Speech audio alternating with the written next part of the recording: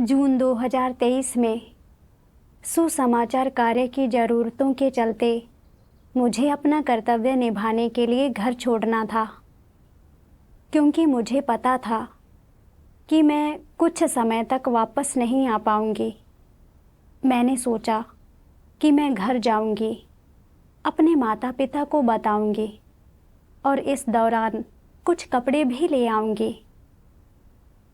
जब मैं पहुंची तो मैंने देखा कि मेरी माँ को एक आईवी लगी हुई थी और काफ़ी पीली दिख रही थी।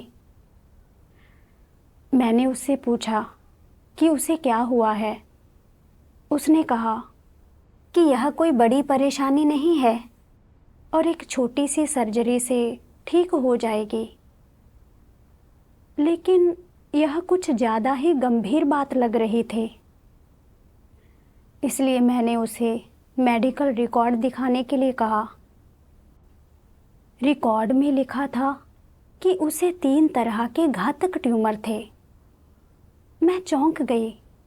मेरी माँ को कैंसर था, ये घातक ट्यूमर थे।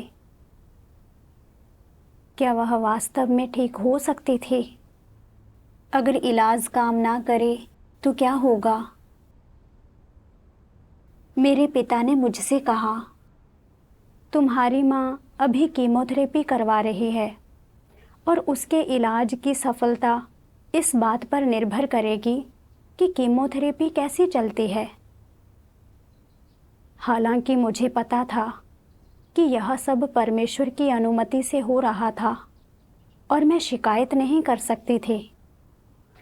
इसलिए मैंने परमेश्वर से अपने हृदय की रक्षा करने के लिए प्रार्थना की। फिर मेरे पिता ने मुझे बताया कि जब मेरी माँ अस्पताल में बीमार थी तो कैसे मेरा छोटा भाई उसकी देखभाल करने के लिए वहाँ पर था, और यहाँ तक कि उसने मेरी माँ के मेडिकल बिलों का भुगतान करने के लिए दूसरी नौकरी भी कर ली थी। यह सुनकर मैं बहुत निराश थी। मैं घर की बड़ी बेटी थी और मुझे ही यह सब संभालना चाहिए था, लेकिन इसके बजाय मैं कोई भी मदद करने में असमर्थ थी। क्या मेरे माता पिता यह सोचेंगे कि मुझ में अंतरात्मा की कमी है, मैं संतानोचित नहीं हूँ और उन्होंने मुझे बेकार में ही पाला है? मेरी माँ ने मुझे दिलासा देते हुए कहा, तुम चिंता मत करो और मत डरो। हम कब तक जीवित रहेंगे यह सब परमेश्वर पर निर्भर है। तुम बस अपना कर्तव्य करती रहो और मेरी चिंता मत करो।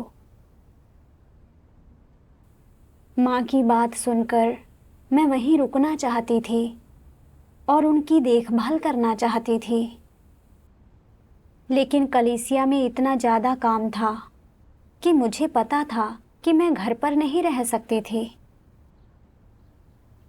अपनी माँ को ऐसे देखकर मैं बोल ही नहीं पाई कि मैंने घर से दूर जाकर अपना कर्तव्य निभाने की योजना बनाई है।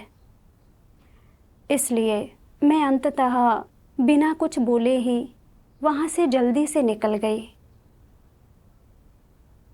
रास्ते में मैं बस यही सोच रही थी कि मेरी माँ अस्पताल में बीमार है और उसकी देखभाल करने वाला कोई नहीं है, और मेरा छोटा भाई मेरी माँ के मेडिकल बिलों का भुगतान करने के लिए कड़ी मेहनत कर रहा है।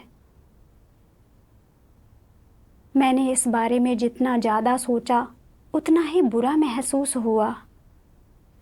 मुझे लगा कि उसकी बेटी होने के नाते मुझे उसकी बीमारी के समय उसकी देखभाल करनी चाहिए, लेकिन न सिर्फ मैं उसकी देखभाल नहीं कर पाऊंगी बल्कि मैं उसकी बिल्कुल भी मदद नहीं कर पाऊंगी। अगर दूसरे लोग इस बारे में सुनेंगे तो वे मेरे बारे में क्या कहेंगे? क्या वे कहेंगे कि मुझ में अंतरात्मा की कमी है और मैं कृतघ्न हूँ? क्या मेरा छोटा भाई मेरे बारे में शिकायत करेगा? मैं जितना ज़्यादा सोचती उतना ही बुरा महसूस करती और मैं घर छोड़ने और अपना कर्तव्य निभाने की इच्छा पूरी तरह से खो बैठी। मैंने अपने हृदय में परमेश्वर से कहा, हे परमेश्वर, मैं अपना कर्तव्य निभाने के लिए घर छोड़कर नहीं जा सकती। मेरी माँ को कैंसर है और अगर मैं अभी चली गई तो शायद मैं उसे फिर कभी ना देख पाऊँ। मैं यहीं अपना कर्तव्य निभाऊंगी। इस तरह जब मेरे पास खाली समय होगा तो मैं अपनी माँ से मिल सकती हूँ। उसके बाद मैंने अपना कर्तव्य निभाया, लेकिन मैं अपने मन को शांत नहीं कर पाई और ध्यान केंद्रित नहीं कर सकी। मैं सोचती रही, मेरी माँ अब कैसी होगी? मैं घर जाकर उससे मिलने के लिए समय निकालना चाहती थी। मुझे पता था कि मेरी हालत ठीक नहीं है, इसलिए मैंने पढ़ने के लिए परमेश्वर के वचनों की तलाश की। मुझे यह अंश मिला। सर्वशक्तिमान परमेश्वर कहते हैं, हर अवधि और हर चरण में कलीसिया में कुछ विशेष चीज़ें घटित होती हैं जो लोगों की धारणाओं के विपरीत होती हैं। उदाहरण के लिए, कुछ लोग बीमार हो जाते हैं, अगुआओं और कर्मियों को बदल दिया जाता है। कुछ लोग उजागर करके निकाल दिए जाते हैं। कुछ को जिंदगी और मौत की परीक्षा का सामना करना पड़ता है। कुछ कलीसियाओं में बुरे लोग और मसीह विरोधी भी होते हैं जो परेशानियां खड़ी करते हैं वगैरह। ये चीज़ें समय समय पर होती रहती हैं, लेकिन ये संयोगवश बिल्कुल नहीं होती हैं। ये सभी चीज़ें परमेश्वर की संप्रभुता और व्यवस्थाओं के परिणाम हैं।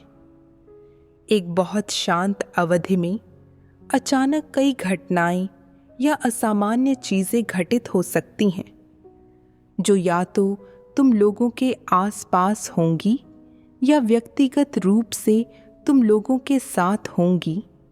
और ऐसी घटनाएं लोगों के जीवन की सामान्य व्यवस्था और सामान्य गतिविधि में बाधक बनती हैं।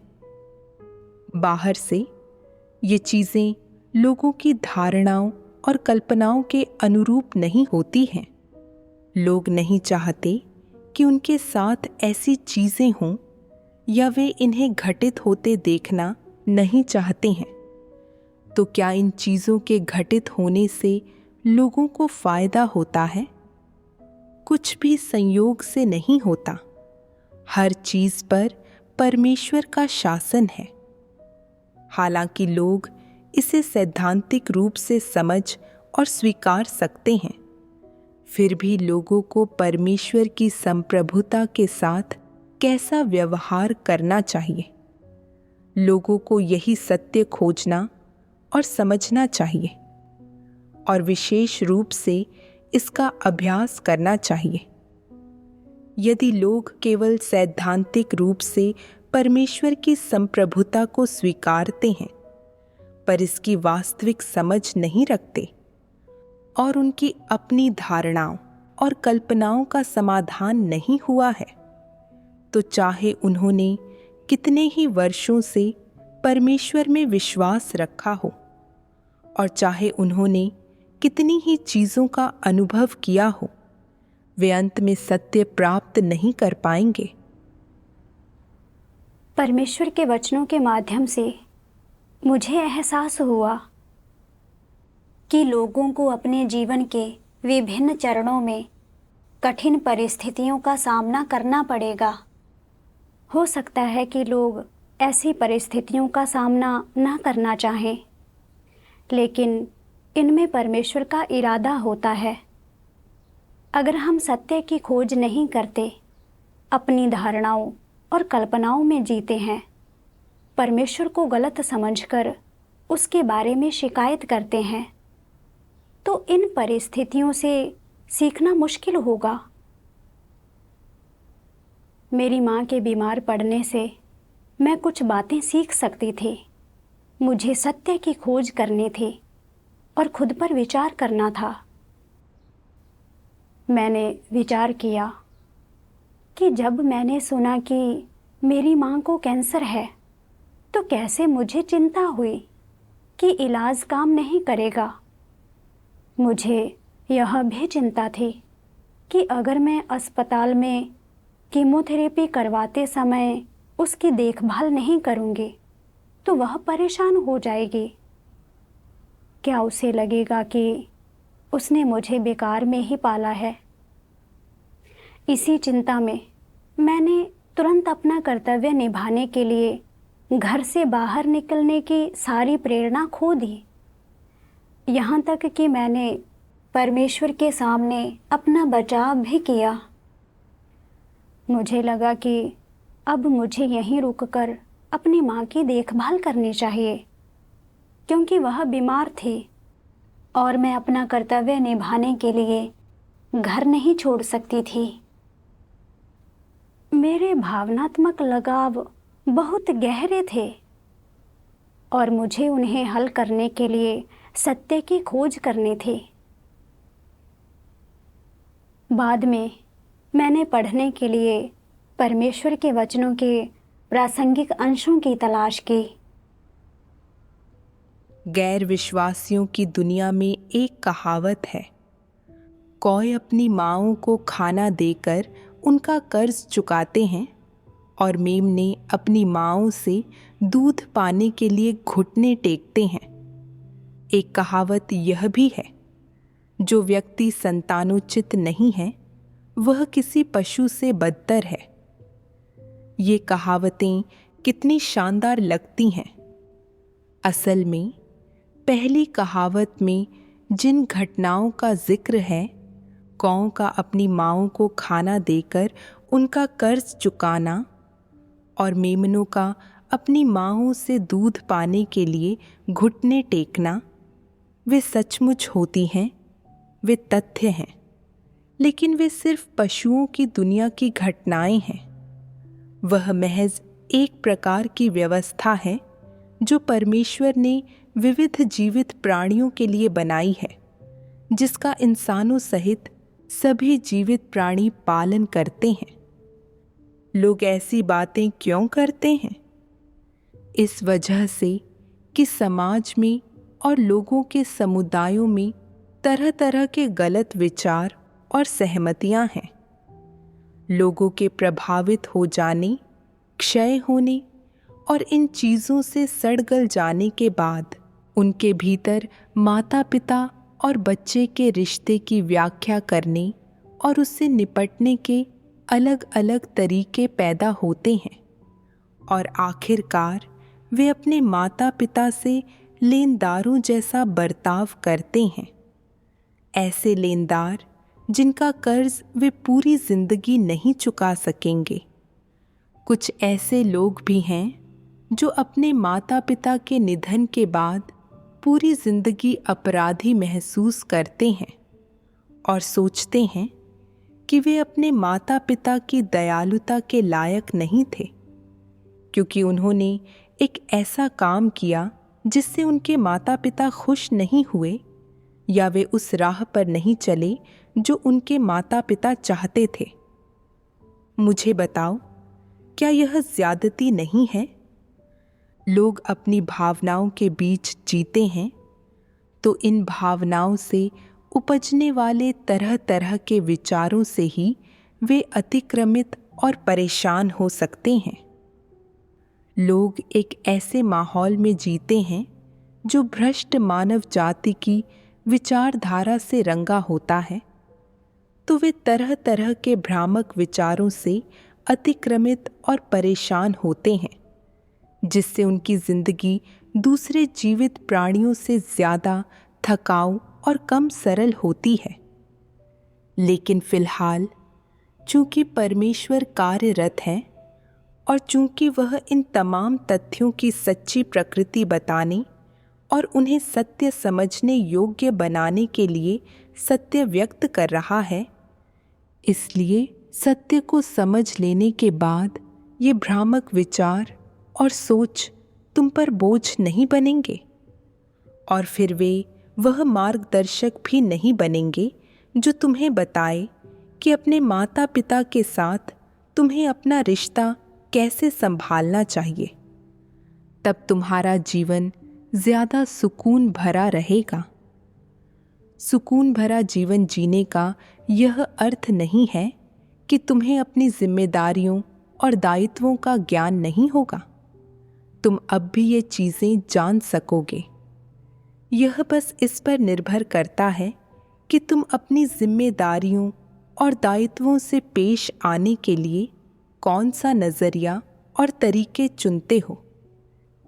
एक रास्ता भावनाओं की राह पकड़ना है और इन चीज़ों से भावनात्मक उपायों और शैतान द्वारा मनुष्य को दिखाए गए तरीकों, विचारों और सोच के साथ निपटना है। दूसरा रास्ता इन चीज़ों से परमेश्वर द्वारा मनुष्य को सिखाए वचनों के आधार पर निपटना है।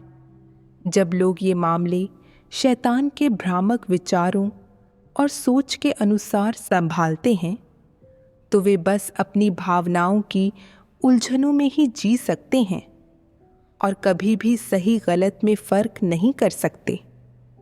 इन हालात में उनके पास जाल में फंसकर जीने के सिवाय कोई चारा नहीं रहता। वे हमेशा ऐसे मामलों में उलझे रहते हैं जैसे कि तुम सही हो, मैं गलत, तुमने मुझे ज़्यादा दिया है, मैंने तुम्हें कम दिया, तुम कृतघ्न हो, तुम कतार से बाहर हो। नतीजतन कभी भी कोई ऐसा वक्त नहीं होता जब वे स्पष्ट बातें करते हों, लेकिन लोगों के सत्य समझने के बाद और जब वे उनके भ्रामक विचारों, सोच और भावनाओं के जाल से बच निकलते हैं, तो ये मामले उनके लिए सरल हो जाते हैं। अगर तुम उन सत्य सिद्धांतों, विचारों और सोच का पालन करते हो जो सही हैं और परमेश्वर से आए हैं, तो तुम्हारा जीवन बहुत सुकून भरा हो जाएगा। अब अपने माता पिता से अपने रिश्तों को संभालने में न जनमत रुकावट बनेगा, न तुम्हारे ज़मीर की जागरूकता और न ही तुम्हारी भावनाओं का बोझ। इसके विपरीत ये चीज़ें तुम्हें इस योग्य बना देंगी कि तुम इस रिश्ते का सही और तार्किक ढंग से सामना कर सको। अगर तुम परमेश्वर द्वारा मनुष्य को दिए गए सत्य सिद्धांतों के अनुसार कार्य करते हो, तो भले ही लोग पीठ पीछे तुम्हारी आलोचना करें, तुम अपने दिल की गहराई में शांति और सुकून ही महसूस करोगे और तुम पर उसका कोई असर नहीं होगा। कम से कम तुम खुद को एक लापरवाह एहसान फरामोश होने पर नहीं धिक्कारोगे या अपने दिल की गहराई में अब अपने ज़मीर का आरोप महसूस नहीं करोगे। यह इसलिए कि तुम यह जान लोगे कि तुम्हारे सारे कार्य परमेश्वर द्वारा तुम्हें सिखाए गए तरीकों के अनुसार किए जाते हैं। तुम परमेश्वर के वचनों को सुनते और उनके प्रति समर्पण करते हो और उसके मार्ग का अनुसरण करते हो। परमेश्वर के वचनों को सुनना और उसके मार्ग का अनुसरण करना ही ज़मीर की वह समझ है जो लोगों में सबसे ज़्यादा होनी चाहिए। ये चीज़ें कर सकने पर ही तुम एक सच्चे व्यक्ति बन पाओगे। अगर तुमने ये चीज़ें संपन्न नहीं की हैं, तो तुम एक लापरवाह एहसान फरामोश हो। क्या बात यही नहीं है? परमेश्वर के वचनों के माध्यम से मुझे एहसास हुआ कि मैं इतनी दुखी इसलिए थी क्योंकि मेरे विचार भ्रामक थे। जैसे संतानोचित धर्मनिष्ठा का गुण सबसे ऊपर रखना चाहिए और एक गैर संतानोचित व्यक्ति एक जानवर से भी नीच है। शैतान ने ये विचार मेरे मन में भर दिए थे। वे मेरे अंदर गहराई से जड़ जमा चुके थे। मुझे लगा कि अगर मैं अपने माता पिता के प्रति संतानोचित नहीं हो सकती तो इसका मतलब है कि मैं एक कृतघ्न गैर संतानोचित बेटी हूँ। मुझे लगा कि मुझे पालना मुश्किल रहा होगा, खासकर इसलिए कि मैं ऐसे युग में पैदा हुई थी जहाँ लड़कों और पुरुषों को श्रेष्ठ माना जाता था, जिसका मतलब था कि मेरी माँ को बहुत अपमान और तिरस्कार सहना पड़ा था क्योंकि मैं लड़की थी। लेकिन वह मुझे मेरे छोटे भाई से भी ज़्यादा प्यार करती थी। वह मेरी आस्था और कर्तव्य का भी खास तौर से समर्थन करती थी। वह जानती थी कि मेरा भावनात्मक लगाव बहुत गहरा है, इसलिए अगर घर पर कुछ होता था तो वह मुझे नहीं बताती थी। उसे डर था कि कहीं मेरा ध्यान भंग ना हो जाए और मेरा कर्तव्य प्रभावित ना हो जाए। चाहे भावनात्मक हो या वित्तीय दृष्टिकोण से, मेरी माँ ने मेरा बहुत साथ दिया और वह अक्सर मुझे अपना कर्तव्य अच्छी तरह से निभाने के लिए प्रोत्साहित करती थी। यह सब सोचकर और कैसे उसके बीमार होने पर मैं उसकी देखभाल करने के लिए उसके पास नहीं रह सकी, मुझे बहुत दुख हुआ। मैंने हमेशा सोचा कि उनकी बेटी होने के नाते अगर मैं उनका सम्मान नहीं करती या जब वे बीमार होते हैं तो उनकी देखभाल नहीं करती तो यह उनके प्रति गैर संतानोचित कृतघ्न व्यवहार होगा। इसलिए मैं अपराधी महसूस करती थी और उनके सामने आने में शर्माती थी। मैं शैतानी जहर से गहराई तक प्रभावित हो चुकी थी। अगर मैं इसे भावनात्मक लगाव और पारंपरिक विचारों के नज़रिए से देखना जारी रखती तो मुझे यह वैचारिक बोझ उठाना पड़ता, यह सोचकर कि मैं अपनी माँ की देखभाल ना करने की वजह से गैर संतानोचित हूँ। यह जीने का एक बहुत ही थकाऊ और दयनीय तरीका होगा। मुझे सक्रिय रूप से यह सब त्यागना पड़ा और लोगों और चीज़ों को परमेश्वर के वचनों में सत्य के अनुरूप देखना सीखना पड़ा। तभी मैं खुद को इस पीड़ा से मुक्त कर पाई। बाद में आध्यात्मिक भक्ति के दौरान मुझे परमेश्वर के वचनों का यह अंश मिला। इससे मुझे अपने माता पिता के साथ अपने रिश्ते के बारे में सोचने के तरीके के बारे में अधिक स्पष्टता मिली। परमेश्वर के वचन कहते हैं, एक बच्चे के तौर पर तुम्हें समझना चाहिए कि तुम्हारे माता पिता तुम्हारे लेनदार नहीं हैं। ऐसी बहुत सी चीज़ें हैं जो तुम्हें इस जीवन में करनी हैं। ये सब ऐसी चीज़ें हैं जो एक सृजित प्राणी को करनी ही चाहिए, जो तुम्हें सृष्टि प्रभु ने सौंपी हैं, और इनका तुम्हारे माता पिता को दयालुता का कर्ज चुकाने के साथ कोई लेना देना नहीं है। अपने माता पिता को संतानोचित निष्ठा दिखाना, उनका कर्ज चुकाना, उनकी दयालुता का बदला चुकाना, इन चीज़ों का तुम्हारे जीवन के उद्देश्य से कोई लेना देना नहीं है। यह भी कहा जा सकता है कि तुम्हारे लिए अपने माता पिता को संतानोचित निष्ठा दिखाना, उनका कर्ज चुकाना या उनके प्रति अपनी कोई भी जिम्मेदारी पूरी करना ज़रूरी नहीं है। दो टूक शब्दों में कहें तो तुम्हारे हालात इजाज़त दें तो तुम यह थोड़ा बहुत कर सकते हो और अपनी कुछ जिम्मेदारियां पूरी कर सकते हो। जब हालात इजाज़त न दें तो तुम्हें ऐसा करने पर अड़ना नहीं चाहिए। अगर तुम अपने माता पिता को संतानोचित निष्ठा दिखाने की जिम्मेदारी पूरी न कर सको तो यह कोई भयानक बात नहीं है। बस यह तुम्हारे ज़मीर, मानवीय नैतिकता और मानवीय धारणाओं के थोड़ा खिलाफ है, मगर कम से कम यह सत्य के विपरीत नहीं है और परमेश्वर इसे लेकर तुम्हारी निंदा नहीं करेगा। जब तुम सत्य को समझ लेते हो तो इसे लेकर तुम्हारे ज़मीर को फटकार महसूस नहीं होगी। अब चूंकि तुमने सत्य के इस पहलू को समझ लिया है तो क्या तुम्हारा दिल स्थिर महसूस नहीं कर रहा है? कुछ लोग कहते हैं, भले ही परमेश्वर मेरी निंदा नहीं करेगा, मगर मेरा ज़मीर इससे उबर नहीं पा रहा है, मैं डांवाडोल महसूस कर रहा हूँ।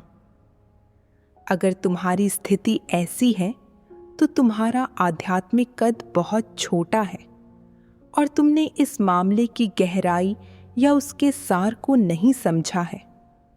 तुम मनुष्य की नियति को नहीं समझते, परमेश्वर की संप्रभुता को नहीं समझते और परमेश्वर की संप्रभुता और व्यवस्थाएं स्वीकारने को तैयार नहीं हो।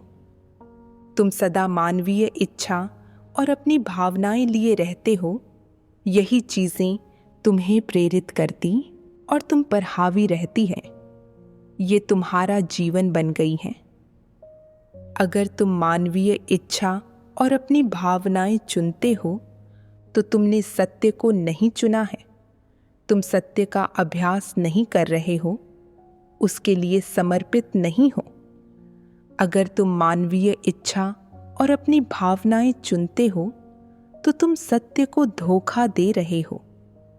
तुम्हारे हालात और माहौल स्पष्ट रूप से तुम्हें अपने माता पिता के प्रति संतानोचित निष्ठा दिखाने की अनुमति नहीं देते, मगर तुम हमेशा सोचते हो, मैं अपने माता पिता का ऋणी हूँ। मैंने उन्हें संतानोचित निष्ठा नहीं दिखाई है। उन्होंने मुझे कई सालों से नहीं देखा है। उन्होंने मुझे बेकार ही पाल पोस कर बड़ा किया।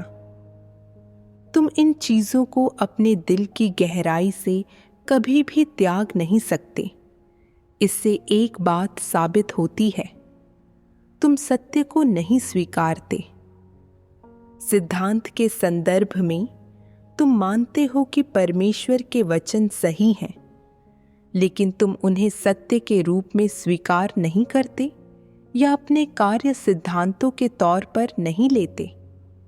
इसलिए कम से कम अपने माता पिता से बर्ताव के मामले में तुम सत्य का अनुसरण करने वाले व्यक्ति नहीं हो। ऐसा इसलिए कि इस मामले में तुम सत्य के आधार पर कार्य नहीं करते, परमेश्वर के वचनों के आधार पर अभ्यास नहीं करते, बल्कि सिर्फ अपनी भावनात्मक और ज़मीर की ज़रूरतें संतुष्ट करते हो। अपने माता पिता को संतानोचित निष्ठा दिखाना चाहते हो और उनकी दयालुता का कर्ज चुकाना चाहते हो। भले ही इस फैसले के लिए परमेश्वर तुम्हारी निंदा नहीं करता, यह तुम्हारा फैसला है, मगर अंत में खास तौर से जीवन के संदर्भ में जिसकी हार होगी वह तुम हो। परमेश्वर के वचनों को पढ़ने के बाद मुझे और अधिक स्पष्टता मिली। मैंने देखा कि जिस तरह से मेरे माता पिता ने मेरा पालन पोषण किया था, वह सब परमेश्वर की संप्रभुता और व्यवस्थाओं के कारण था। मेरी माँ का दयालु व्यवहार वास्तव में परमेश्वर का अनुग्रह था। आस्था में प्रवेश करने के बाद मेरी माँ ने घर संभालने का प्रयास किया, ताकि मैं शांति से अपना कर्तव्य निभा सकूं। बाहरी तौर पर यह मेरी माँ की दयालुता लग सकती है, लेकिन वास्तव में यह इसलिए था क्योंकि परमेश्वर मेरा आध्यात्मिक कद जानता था और उसके अनुसार व्यवस्था करता था। यह मेरी माँ का कर्तव्य और जिम्मेदारी थी कि वह घर संभाले और मेरी आस्था में मेरा साथ दे। परमेश्वर कहता है कि हमारे माता पिता हमारे ऋणदाता नहीं हैं। अपने माता पिता के प्रति संतानोचित होना सिर्फ एक जिम्मेदारी है, ना कि लोगों के रूप में हमारा मिशन। अगर परिस्थितियां सही हैं तो हम उनकी देखभाल कर सकते हैं और उनके प्रति संतानोचित धर्मनिष्ठा दिखा सकते हैं। लेकिन अगर ऐसा नहीं है और हम उनके प्रति संतानोचित धर्मनिष्ठा नहीं दिखा सकते हैं, तो यह कोई अपमान की बात नहीं है, क्योंकि इस जीवन में हमें बहुत सी चीज़ें करनी है। हमारे पास ऐसे कर्तव्य हैं जो हमें सृजित प्राणियों के रूप में करने चाहिए, और हम सिर्फ अपने माता पिता के प्रति संतानोचित धर्मनिष्ठा दिखाने के लिए नहीं जी सकते।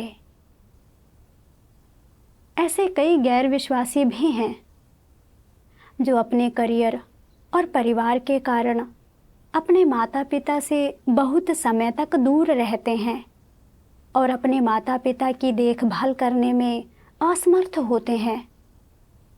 लेकिन लोग समझते हैं और उनकी निंदा या उनका उपहास नहीं करते।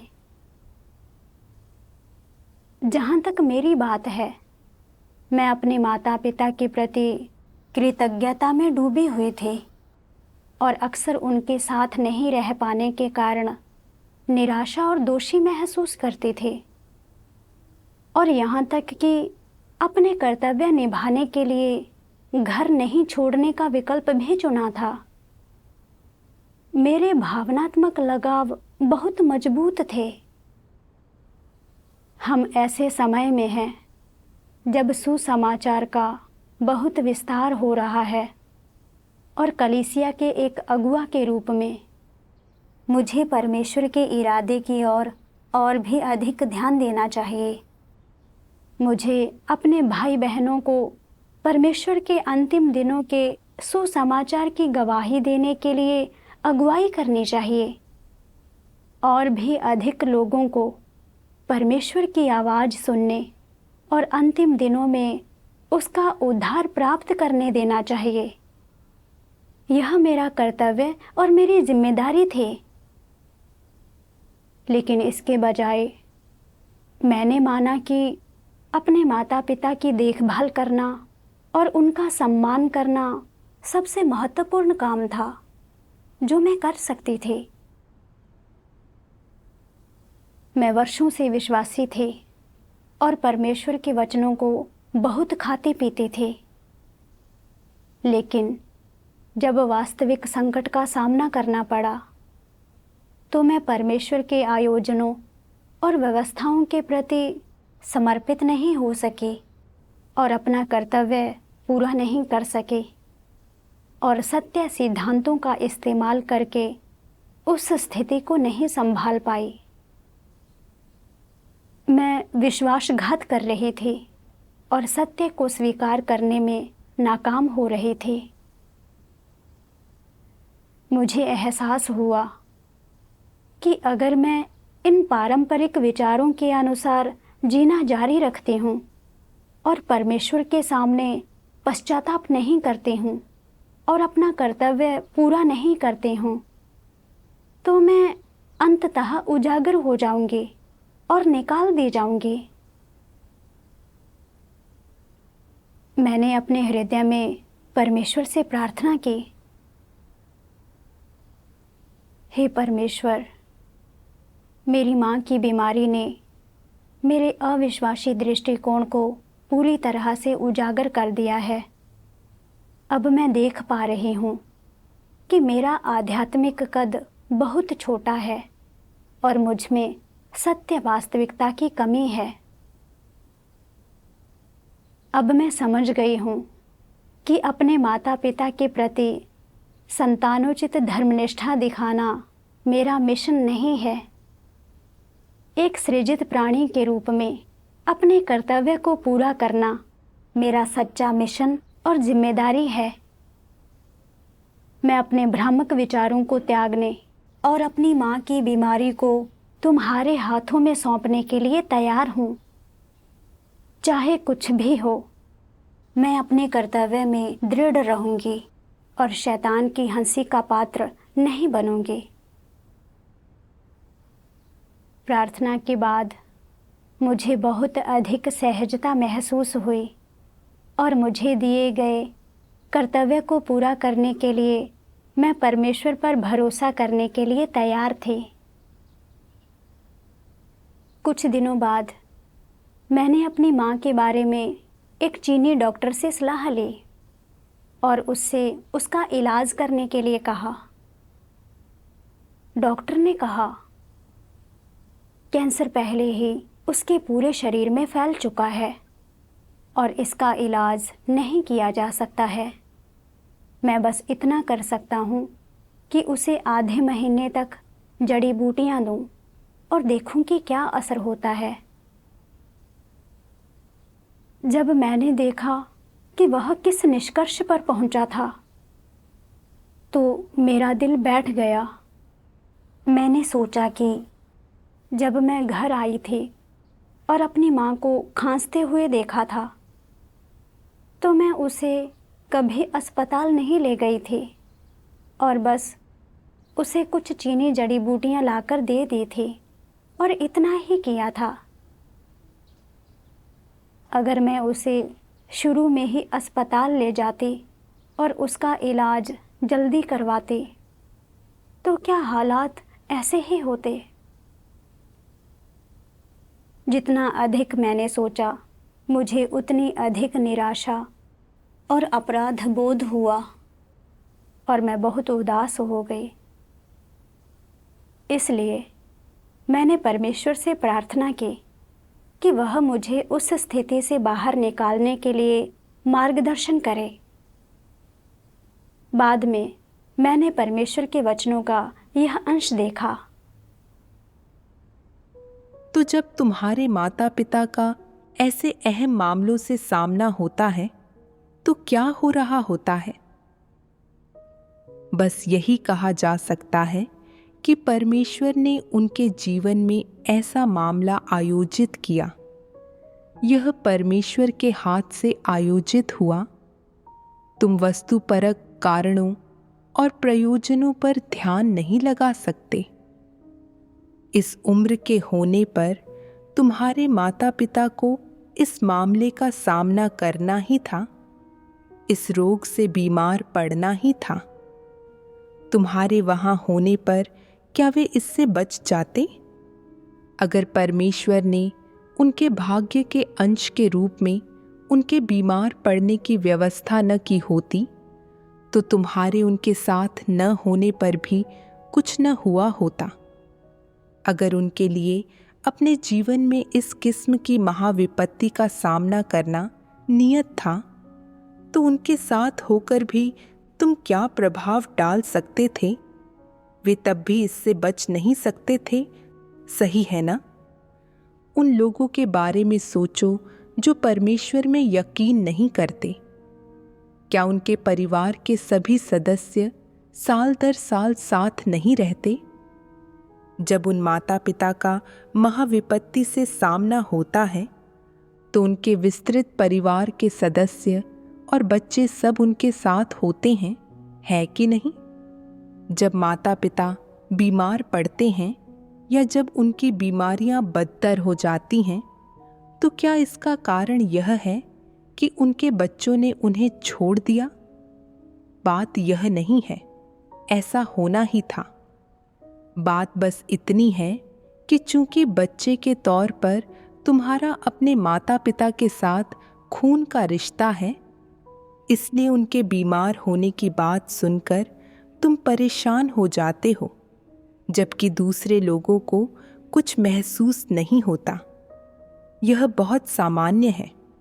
लेकिन तुम्हारे माता पिता के ऐसी महाविपत्ति का सामना करने का यह अर्थ नहीं है कि तुम्हें विश्लेषण और जांच पड़ताल करने की ज़रूरत है, या यह चिंतन करने की ज़रूरत है कि इससे कैसे मुक्त हों या इसे कैसे दूर करें। तुम्हारे माता पिता वयस्क हैं। उन्होंने समाज में इसका कई बार सामना किया है। अगर परमेश्वर उन्हें इससे मुक्त करने के माहौल की व्यवस्था करता है तो देर सबेर यह पूरी तरह से गायब हो जाएगी। अगर यह मामला उनके जीवन में एक रोड़ा है और उन्हें इसका अनुभव होना ही है, तो यह परमेश्वर पर निर्भर है कि उन्हें कब तक इसका अनुभव करना होगा। इसका उन्हें अनुभव करना ही है और वे इससे बच नहीं सकते। अगर तुम अकेले ही इस मामले को सुलझाना चाहते हो, इसके स्रोत, कारणों और नतीजों का विश्लेषण और जांच पड़ताल करना चाहते हो, तो यह एक मूर्खतापूर्ण विचार है। इसका कोई लाभ नहीं और यह बेकार है। तुम्हें इस तरह कार्य नहीं करना चाहिए। विश्लेषण, जांच पड़ताल और मदद के लिए अपने सहपाठियों और दोस्तों से संपर्क नहीं करना चाहिए। बढ़िया डॉक्टरों से संपर्क करने और उनके लिए सर्वोत्तम अस्पताल, शैया की व्यवस्था नहीं करनी चाहिए। तुम्हें ये सब करने में अपना दिमाग नहीं कुरेदना चाहिए। अगर तुम्हारे पास सच में कुछ ज़्यादा ऊर्जा है, तो तुम्हें अभी जो कर्तव्य निभाना है उसे बढ़िया ढंग से करना चाहिए। तुम्हारे माता पिता का अपना अलग भाग्य है। कोई भी उस उम्र से बच नहीं सकता जब उसे मरना है। तुम्हारे माता पिता तुम्हारे भाग्य के विधाता नहीं हैं और उसी तरह से तुम अपने माता पिता के भाग्य के विधाता नहीं हो। अगर उनके भाग्य में उन्हें कुछ होना लिखा है तो तुम उस बारे में क्या कर सकते हो? व्याकुल होकर और समाधान खोजकर तुम कौन सा प्रभाव हासिल कर सकते हो? इससे कुछ भी हासिल नहीं हो सकता। यह परमेश्वर के इरादों पर निर्भर करता है। अगर परमेश्वर उन्हें दूर ले जाना चाहता है और तुम्हें अपना कर्तव्य अबाधित रूप से निभाने देना चाहता है, तो क्या तुम इसमें दखलंदाजी कर सकते हो? क्या तुम परमेश्वर से शर्तों पर चर्चा कर सकते हो? तुम्हें इस वक्त क्या करना चाहिए?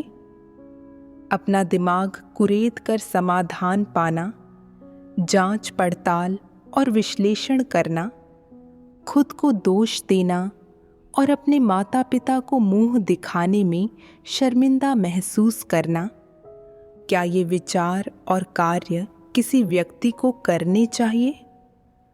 ये तमाम अभिव्यक्तियां परमेश्वर और सत्य के प्रति समर्पण के अभाव की हैं। ये अतार्किक, बुद्धिहीन और परमेश्वर के प्रति विद्रोही हैं। लोगों में ये अभिव्यक्तियां नहीं होनी चाहिए। क्या तुम समझे? परमेश्वर के वचनों से मुझे एहसास हुआ कि परमेश्वर तय करता है और योजना बनाता है कि लोग किन कठिनाइयों का सामना करेंगे और अपनी आवश्यकताओं और आध्यात्मिक कद के आधार पर उन्हें कितनी पीड़ा सहनी होगी।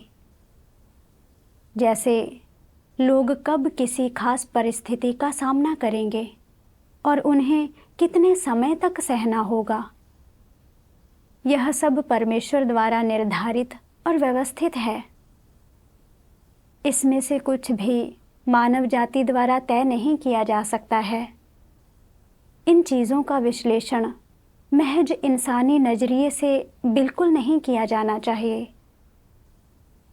लोगों को परमेश्वर से स्वीकार करना और परमेश्वर की व्यवस्थाओं और आयोजनों के प्रति समर्पित होना सीखना चाहिए। मेरी माँ की बीमारी को ही लो।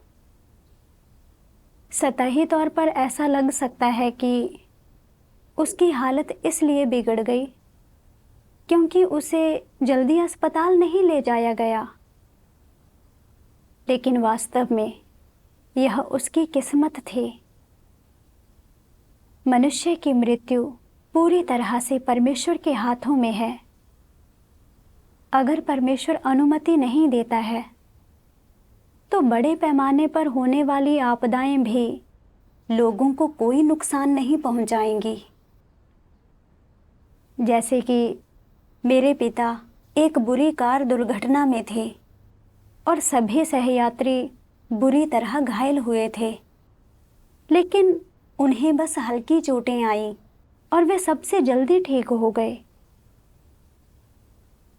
हमारे जीवन में हम अपने मिशन को पूरा कर रहे हैं। अगर किसी ने जीवन में अपना मिशन पूरा कर लिया है तो वे परमेश्वर की योजना के अनुसार इस दुनिया से चले जाएंगे। अगर उन्होंने अपना मिशन पूरा नहीं किया है तो चाहे उन्हें कितनी भी कठिनाई का सामना करना पड़े, वे सुरक्षित रूप से इससे बाहर निकल जाएंगे। मेरी माँ की बीमारी काफ़ी गंभीर थी और डॉक्टर ने कहा था कि वह ठीक नहीं हो सकती, लेकिन वह कितने समय तक जीवित रहेगी यह कोई साधारण व्यक्ति तय नहीं कर सकता। यह परमेश्वर तय करेगा और इसकी व्यवस्था करेगा। मैं इसलिए इतनी दुखी थी क्योंकि मैं परमेश्वर से अनुचित मांगें कर रही थी और मैं हमेशा चाहती थी कि मेरी माँ ठीक हो जाए। जैसे ही चीज़ें मेरे हिसाब से नहीं होती थी, मैं नकारात्मक और दुखी हो जाती थी। यह सब इसलिए था क्योंकि मैं परमेश्वर की संप्रभुता को नहीं जानती थी और परमेश्वर के सामने समर्पण नहीं कर सकती थी।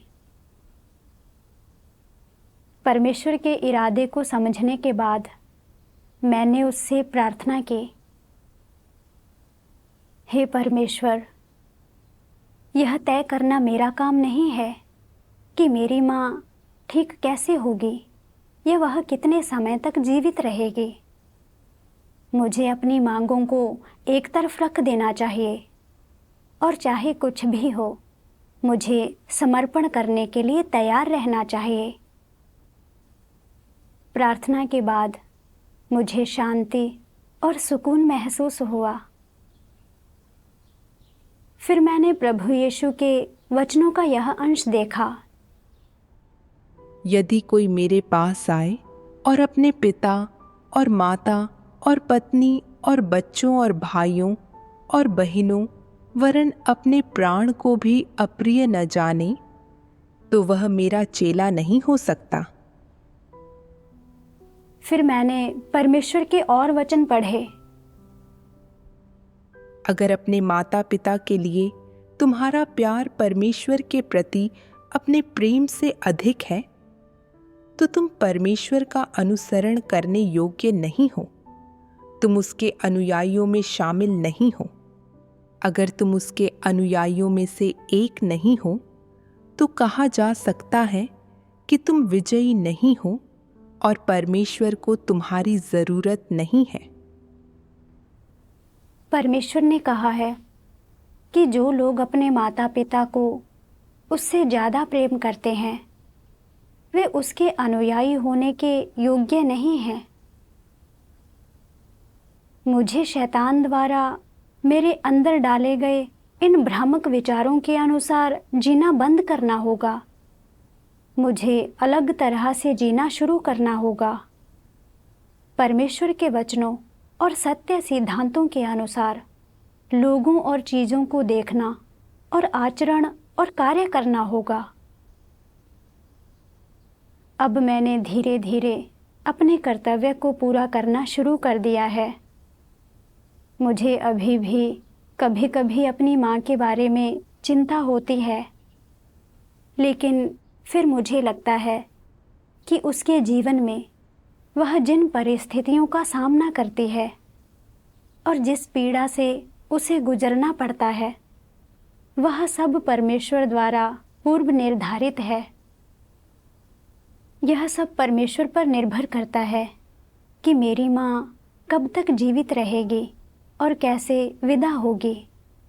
यह तय करना मेरा काम नहीं है। जैसे जैसे मुझे यह एहसास हुआ, मैं और अधिक सहज हो गई। हाल ही में मुझे पता चला कि मेरी माँ की हालत अब स्थिर है और इस बीमारी के माध्यम से उसने कुछ चीज़ें सीखी हैं। यह समाचार सुनकर मैं बहुत भावुक हो गई और परमेश्वर में अपनी आस्था की कमी के लिए शर्मिंदा भी हुई। मैंने हाल ही में घर से दूर कर्तव्य निभाने के लिए सक्रिय रूप से आवेदन किया है। इस अनुभव के माध्यम से मुझे अपनी कमजोरियों की नई समझ मिली है और मैंने उन गलत विचारों को भी समझा है जो मैंने हमेशा से मन में रखे थे। मैं अब इन विचारों के अनुसार नहीं जीऊंगी और अपने माता पिता के साथ अपने रिश्ते के प्रति उचित रवैया रखूंगी। यह सब परमेश्वर के मार्गदर्शन के कारण है।